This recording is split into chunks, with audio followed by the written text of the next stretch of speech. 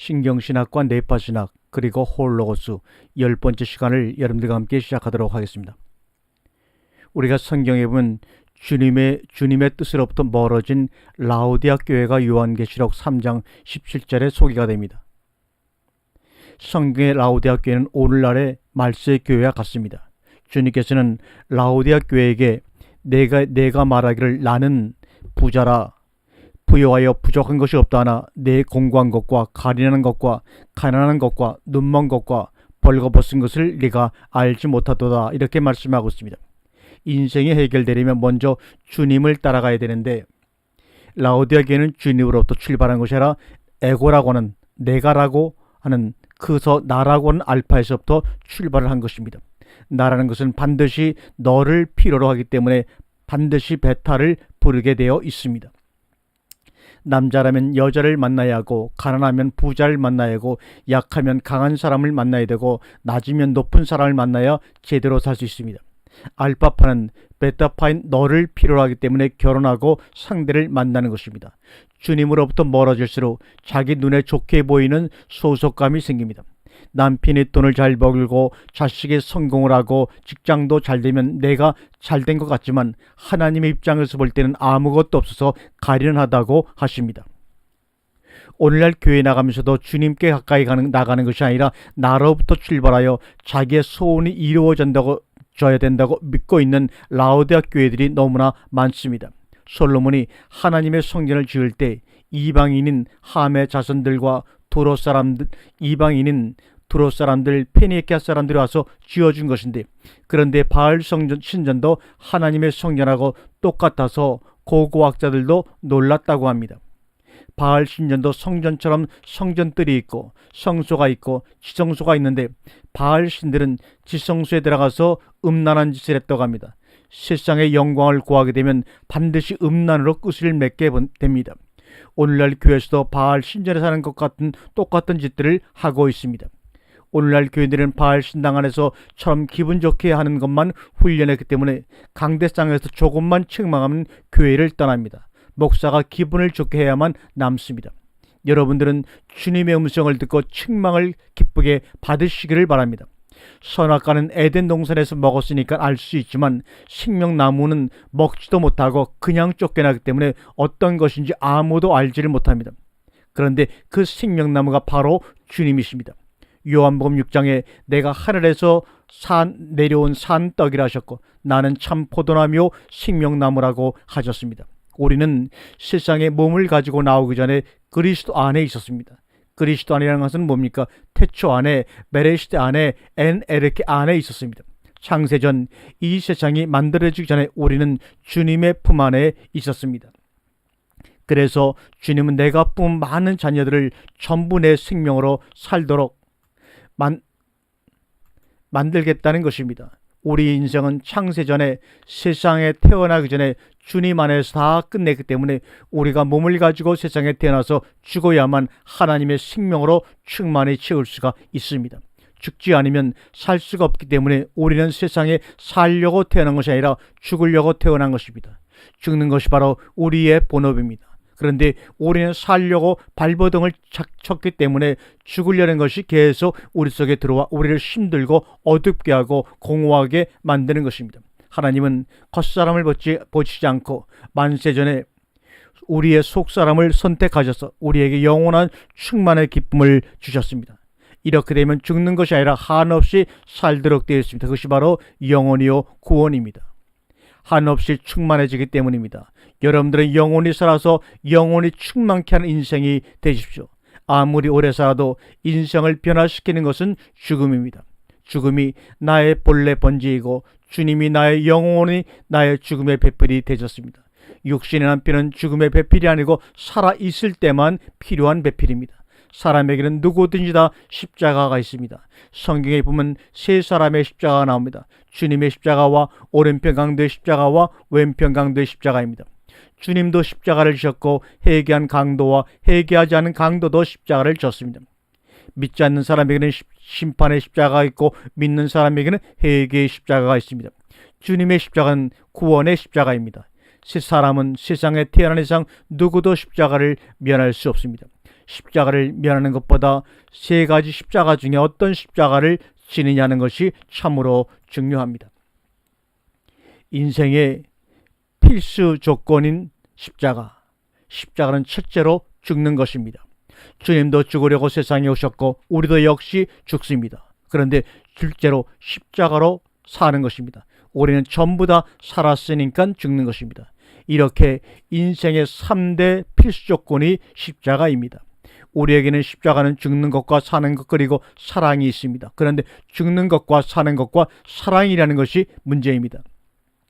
사람은 사랑을 가지고 자기의 죽음과 삶을 요리합니다. 죽음과 삶을 가지고 사랑으로 요리해서 인생을 만드는데 사랑을 가지고 무엇을 요리하느냐에 따라 우리의 인생이 참으로 천지 차이로 달라집니다. 나는 누구도 안 믿고 절대로 결혼도 안 하고 나 혼자 살 거라고 해도 죽음과 삶과 사랑이 인생의 요소이기 때문에 혼자서는 사랑이 되지 않습니다. 그래서 누구라도 등장시켜서 사랑을 해야 합니다.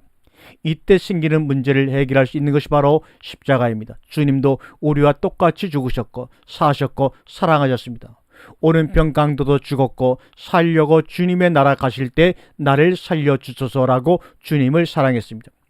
왼편 강도도 죽었고 살려고 했지만 왼편 강도는 주님보다 자기를 더 사랑해서 주님께 내가 메시아면 너도 십자가에서 내어오고 나도 좀 구해줘 그랬습니다. 어떤 형식으로 살든 죽음과 삶과 사랑을 벗어날 수는 없습니다. 이 세 가지를 가지고 우리의 근본적인 문제를 해결해야 하는 것입니다. 그래서 십자가를 통해서 인생의 근본적인 문제를 해결할 수 있도록 주님께서 우리에게 찾아오신 것입니다. 이 주님을 통해 우리의 소망을 가져야 합니다. 오른편 강도는 주여 나는 빛도 없고 생명도 없어서 내 힘으로 살 수가 없어서 지금 죽어가지만 내 인생도 죽음과 삶과 사랑으로 되어 있어서 주님을 통해서 살 소망을 가질 수가 있습니다.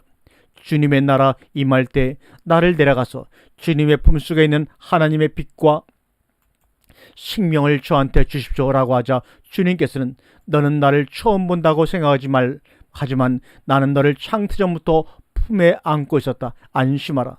나와 함께 아버지의 나라에 가자고 하신 것입니다. 주님께서는 우리 속에 오셔서 창세전부터 우리를 택하셔서 안고 계셨습니다. 주님께 받은 하나님의 빛을 마음껏 누리시기를 바랍니다. 그 성은 해나 달의 비침이 쓸데없으니 이는 하나님의 영광이 비치고 어린 양의 그 등이 되심이라. 계시록 21장 23절의 말씀입니다.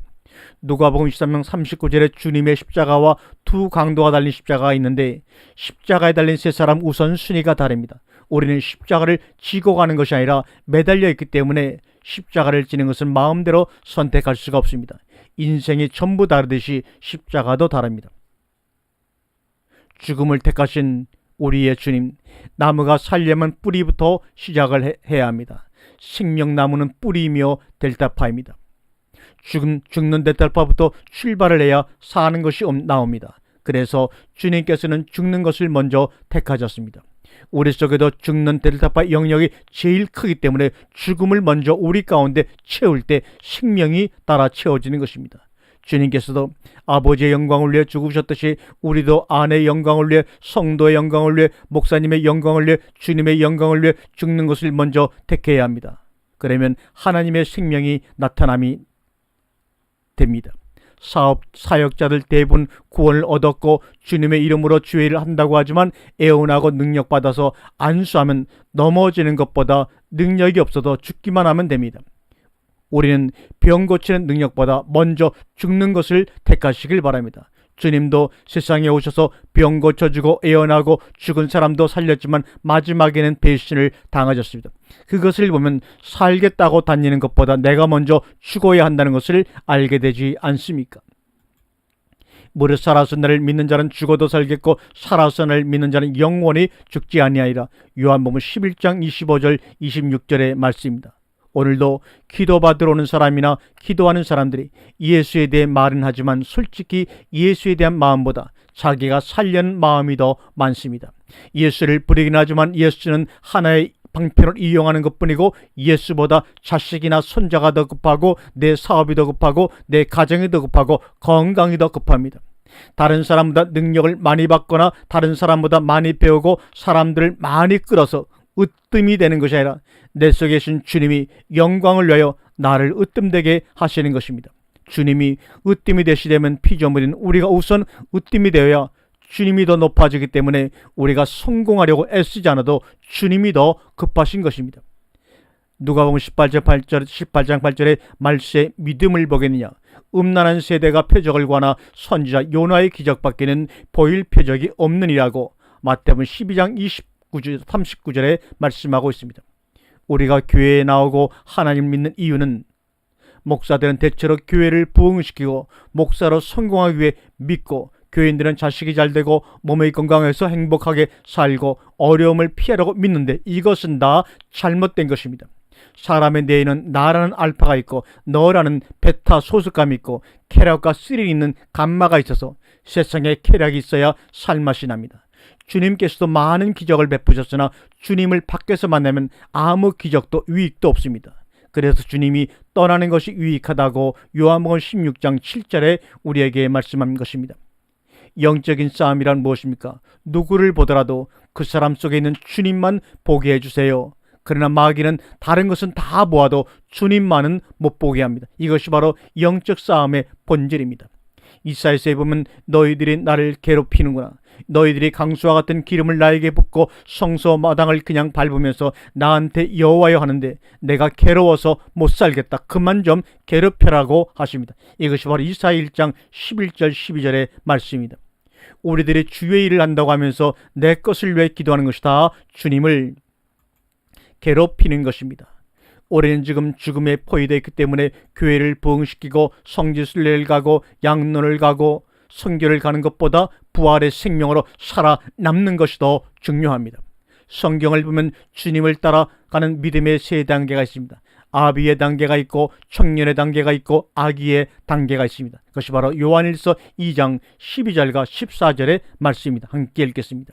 자녀들아, 내가 너희에게 쓰는 것은 너희 죄가 그의 이름으로 말미암아 사함을 얻으며, 아비들아, 내가 너희들에게 쓰는 것은 너희가 태초부터 계신 이를 알미요, 청년들아, 내가 너희에게 쓰는 것은 너희가 악한 자를 이겼습니다. 아이들아, 내가 너희에게 쓴 것은 너희가 아버지를 알았으며, 아비들아, 내가 너희에게 쓴 것은 너희가 태초부터 계신 이를 알았으며, 청년들아, 내가 너희에게 쓴 것은 너희가 강하고 하나님의 말씀이 너희 속에 거하시고 너희가 흉악한 자를 이겼습니다. 아멘. 이 아기 단계라고 하는 것은 성전 뜰이라고도 생각할 수 있습니다. 아기 단계는 예수로 말미암아 제사함을 받는 1단계입니다. 이것으로 구원이 완성되는 것이 아닙니다. 알파 안에 예수님이 계신 것이 아기입니다. 아기는 자기와 예수님 사이를 들락날락거립니다. 그래서 아기들은 부모의 뜻은 모르고 자기 것만 알기 때문에 자기가 원하는 것을 무조건 가지려고 때를 쓰고 옵니다. 아기 단계는 주님을 동네북처럼 이용하지만 그래도 아기 때가 제일 좋습니다. 아기 때는 주님께서 다 참아주시고 받아주십니다. 그런데 이것은 절반이기 때문에 성소로 들어가야 합니다. 이 단계가 바로 청년기입니다. 청년기는 성소입니다. 청년기는 내 안에 계신, 우리 안에 계신 주님이십니다. 성령으로 말미암아 우리라는 구조를 입는 것입니다. 성령으로 봉사하고 기도해 주면서 애언도 해주고 병도 고쳐주면서 우리라는 구조를 입은 사람들이 바로 은사자들입니다. 은사를 받으면 활발하게 주님의 일을 합니다. 우리를 통해 나를 물리치게 되는 것입니다. 그래서 언제든지 나보다 우리를 먼저 생각해야 합니다. 나보다 교회를 먼저 생각하고 다른 사람을 먼저 생각해야 마귀를 이길 수가 있습니다. 그렇게 할 때 성령으로 병 고친 은사나 말씀의 은사가 나타나게 됩니다. 우리는 그런데 이것보다 한 단계 더 올라가야 하는데 거기가 바로 우리의 종착점이요 완성점인 지성소입니다. 지성소는 우리 단계가 아니라 만물 안으로 들어가는 것입니다. 주님은 만물 위에 계시고 만물 가운데 계시고 만물 안에 계십니다. 그것이 바로 하나님의 영광이요 하늘들의 나라요 하늘들이요 천국입니다. 기도해주고 기도받으면서 병이나 고치고 우리만 최고라는 것보다 만물 안으로 만물 위로 만물을 충만케 하는 충만으로 들어가야 합니다. 이것이 바로 에베소 4장 6절의 말씀입니다. 하나님도 하나이시니 곧 만유의 아버지시라. 만유에 계시고 만물을 통일하시고 만유 가운데 계시다. 이것이 하나님의 영광을 보는 아들의 영광입니다. 우리 인생은 좁은 문이지만 그리스도의 문으로 들어가기 시작하면 점점 넓어져 자족하게 됩니다. 주님께서는 나는 양의 문이라고 말씀하셨습니다. 성전의 문 대신 주님을 두드리십시오. 주님이 바로 우리의 성전입니다. 주님은 하늘나라에서도 성전으로 계십니다. 요한계시록에 새하늘과 새 땅에 가서 성전을 보지 못했다고 하는 것은 바로 주님 자신이 성전이기 때문입니다. 오늘도 내서 계신 주님의 성전뜰에 있는 성전문이십니다. 이 성전뜰이 1단계인 자족의 기초 단계입니다. 그래서 빌립보 4장 11절과 13절 말씀이 나오는 것입니다. 사람을 쳐다보지 마시고 사람을 의지하지 마시고 주님이 계신 델타까지 들어가서 자족할 수 있는 비결을 배워야 합니다. 스스로 만족할 수 있는 사람이 인생에서 성공한 사람입니다. 스스로 만족하면 밖으로 나오지 않아도 성전 뜰에서 길이 열립니다. 주님만 따라가면 항상 길이 열립니다. 성전 뜰에서는 사람을 조심해야 합니다. 사람 때문에 열나거나 돌아다니면서 쓸데없는 짓 하지 마십시오. 이 세상에서 그만큼 방황했으면 교회 안에 들어와서는 오로지 주님만 열심히 따라가십시다. 세타파로는 절대로 구원을 얻지 못합니다. 주님께서는 우리에게 세타파로도 구원을 주실 수 있으면 살았을 때 병 고치고 죽은 사람 살리고 안수해서 다 구원을 주시고 올라가시 후에 십자가를 지셨겠습니까? 은사 자체는 진짜인지 모르지만 복음은 아닙니다. 자식이 내 십자가야 하는데 그것은 십자가가 아닙니다. 사람들이 오해하고 있습니다. 진짜 십자가는 날마다 주님을 따라 캄캄한 어두운 세상 빛이 하나도 없는 델타 속으로 들어가는 것입니다. 거기가 바로 지성소입니다. 그러니까 예수 믿었다고 떠들거나 은사가 나타나는 것보다 나의 배 밑에서 생명의 강수가 흘러 넘쳐야 합니다.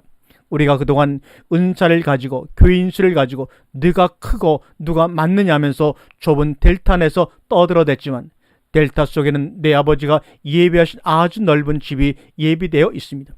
여기에 나를 위해 아버지께서 하늘나라 지성소의 시장을 여시고 예수 그리스도 영광의 빛을 비춰주셨습니다. 일리들 오너라.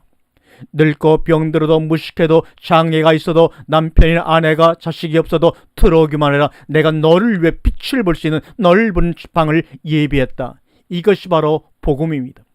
이사야 6장을 보면 이사야가 성전문에 들어가서 기도할 때 하나님의 영광이 비치니까 문지방의 돌들이 움직이고 기둥이 흔들렸다고 했습니다.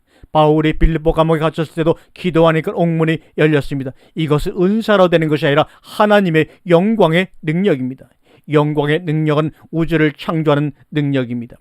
죽어서 냄새나는 것만 보지 말고 델타 속으로 들어가라는 것입니다. 밖에서는 다 절망해서 죽으려고 하는데 하나님의 영광을 본 이사야 입을 통해서 새로운 세계, 새로운 이스라엘이 창조된 것입니다. 결혼하면 몸은 하나인데 머리가 둘입니다. 두 머리가 서로 부딪히거나 물어뜯으면 몸이 상합니다. 그럴 때는 가만히 있는 것이 낫습니다. 그것이 교회의 성공 비결입니다. 또 가정에서 남편은 아내의 잘잘못을 무조건 감싸주고 아내는 남편에게 절대 복종하십시오. 머리들이 부딪히면 풍비박산이 납니다. 그래서 몸이 가까울수록 예수를 붙잡아야만 하는 이유가 되는 것이기도 합니다. 우리는 누구도 의지해서는 안 됩니다. 남편에게 예수로 복종하고 순종하라는 것은 예수로 죽어야 하기 때문입니다. 예수로 죽으면 자기 지성소 속으로 들어가게 됩니다. 남편 때문에 예수로 죽으면 남편 속으로 들어가는 것이 아니라 자기 속으로 들어가게 됩니다. 내 속에 하나님의 영광이 비치는 그 지성소로 들어가게 되는 것입니다. 그러면 주님이 남편 때문에 아내 때문에 수고하는구나 라고 하십니다. 하나님이 이 천지를 창조하실 때 천지만물은 우리 속에 있는 뇌파 기회와 연결되도록 하나님이 만드셨습니다. 우리의 심장의 맥박소리와 연결되도록 창조하셨습니다. 하나님께서 말씀으로 우리의 뇌파기를 움직이실 때마다 우리의 심장의 박동을 움직이실 때마다 좋았더라 좋았더라 하셨듯이 우리 인생에서도 뇌파기를 움직일 때마다 좋은 일이 있어야 합니다. 하나님께서 우리에게 영으로 주신 것은 하나님이 주신 은혜로서 살게 하려 합니다. 문제 해결을 위해 움직이는 것은 모두 마귀 엔진을 움직이는 것입니다. 하나님의 믿음의 교회를 붙잡고 하나님의 의를 바라보는 사람은 애연 기도받지 않습니다. 하나님은 애연으로 복을 주시는 것이 아니라 말씀을 주셔서 그리스도의 영과 형상으로 우리에게 축복을 주셨습니다. 아멘.